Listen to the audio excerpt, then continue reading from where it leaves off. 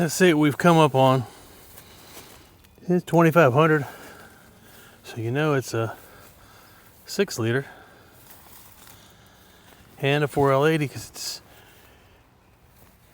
got no shafts in there, so it's 2-wheel drive.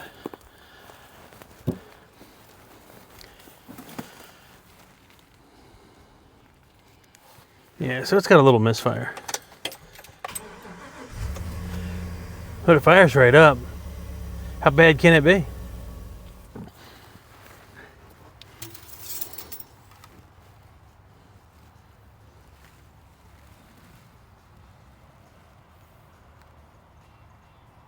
Looked pretty good to me. Does it look perfect? No.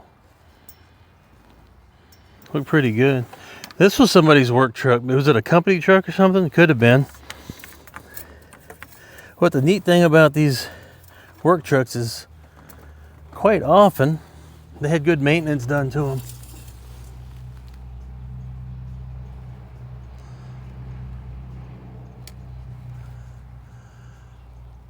The oil looks pretty darn clean.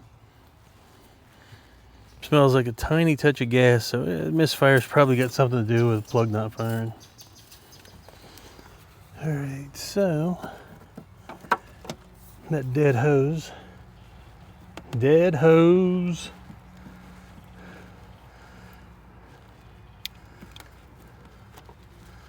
Oh, look at that. It's dead up there too. Crispy. Okay. What I found was that plug was in by maybe one thread. I'm not too thrilled about these auto lights anyway. So I went to put the new plug in.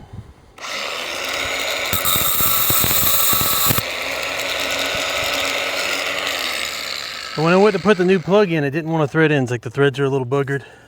So I'm going to take an old spark plug. See there? Kind of make it into a tap. Cut a couple slots in it with a cutoff wheel. And there's tools made for this.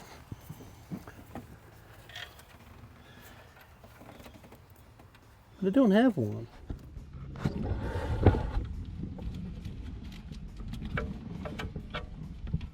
Really don't want this to drop. Let's see what came off in the threads. Threads are a little caked up with doo-doo. Where can you see? See the doo-doo in the threads?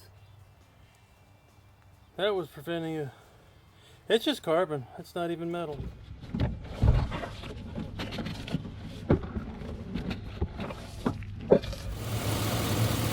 I don't know.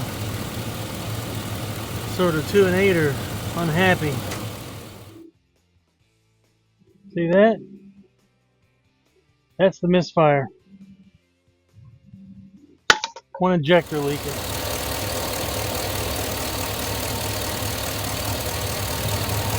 Alright, I got it. So it was crappy spark plugs. One injector stuck wide open. Maybe the plug wires, I doubt it though. I think they were fine. One coil was a little soft. Well, I've got no door handle. Did the math.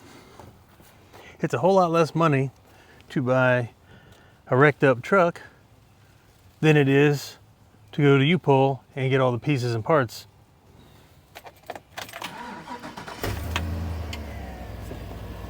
I don't get to do that over at U-Pull. Nor do I get the test drive.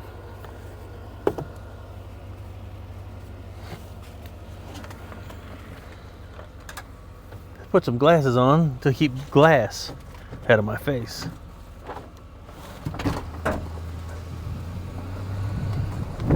Yeah, it's windy. Oh! Fortunately, the microphone picks up more engine noise than what this really has. This thing in person is really smooth sounding. The microphone makes it sound like a diesel. Did I fix it?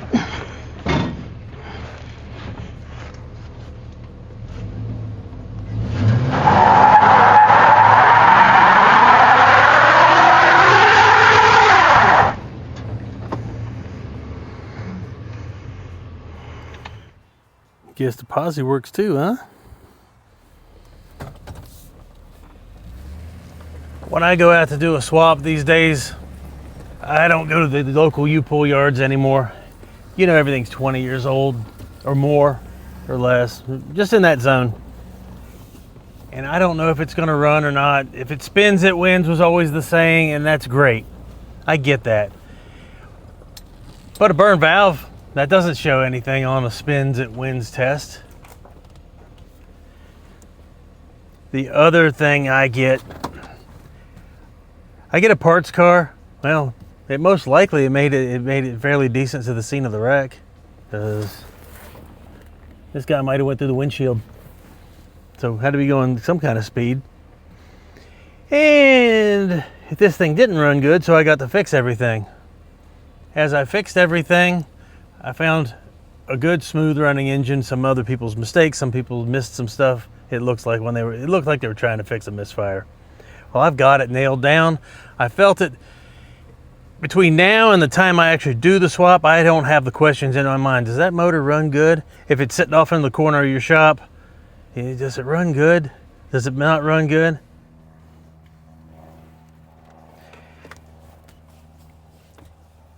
Now, I talked earlier about math, about what it's going to cost at a U-pull to get all these pieces.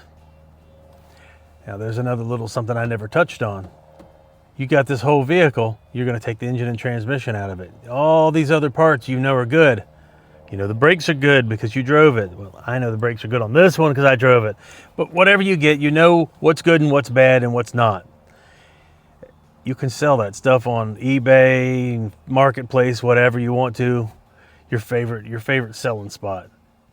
You'll get that money back. Next thing you know, as time goes on, cheaper and cheaper and cheaper your swap became. And by the time you're done, of course, you've got the local scrap yard. You take this thing for scrap metal. Make sure you get a title. Scrap yards ain't going to take this thing without a title. I got a title, clean title. Doesn't even matter if it's a dirty title, as long as it's a title and you're scrapping it. They just don't want to see stolen stuff. So there's a bunch of money that's going to come back to me on this. And if you do it, it'll come back to you. Now, if you're watching this, you probably have a little idea. Oh, if I had that, I would put it in this, or I would put it in that. And right now it's time for you to tell me what you would put it in, or what you would do with it. Would you leave this thing alone? I mean, you can't leave this converter alone. This converter in a car that weighs half what this weighs is going to be horrible. But that's beside the point. Would you leave that engine alone? Would you put this cam in it? Would you put some heads on it? What would you do? And what would you put it in? Maybe I sell the 4L80 off to somebody else and I put a T56 behind it. I don't know. Maybe I pull the heads off. Maybe I put some better heads on it, 243s or something else, aftermarket, whatever. I'm interested to see what you would do. Or would you take this thing and just rip around in it? I go and look at all the little pieces at the local U-pull, things like dipstick with tube 1096. You just keep going down. Now what they do is they go in here. Engine mount's $22.44. So you'd leave that setting there. Let's see here. Engine assembly, no accessory, $497.49. Okay. I went through that list piece by piece because in my experience going to my local U-pull, they get you for everything. You buy an engine, that's that price. You buy a dipstick, you add that on. Every little piece, coils, injectors, etc., etc., etc. Well, I priced it all out piece by piece, and I came up with, and this was without ECU and harness, with tax, $1,764.24. That's a whole lot. Then we add the 4L80E into it, and that was another $289.99 plus tax. I didn't figure the tax doesn't matter. My extra little thing in there, the rear axle, ended up being $534.36. And I had to pull it all in that same day if I was to go to the junkyard to do all that. So 17. Yeah, but over 2,500 bucks. And there's one thing I didn't figure in there was their environmental fees, which they always give out.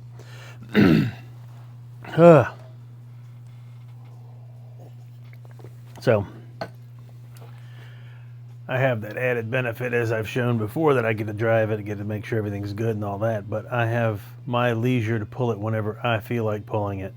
And if I wanted to add in for the ECU, that was extra money on there. I saw that.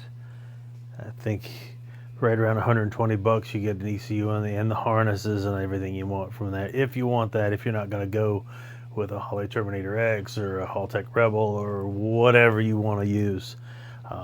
There you got all your options there. Throttle body's in there on that intake manifold. You probably don't want to use that because that ugly truck, even though it works real well, you probably don't want to use it, so that would be off the list.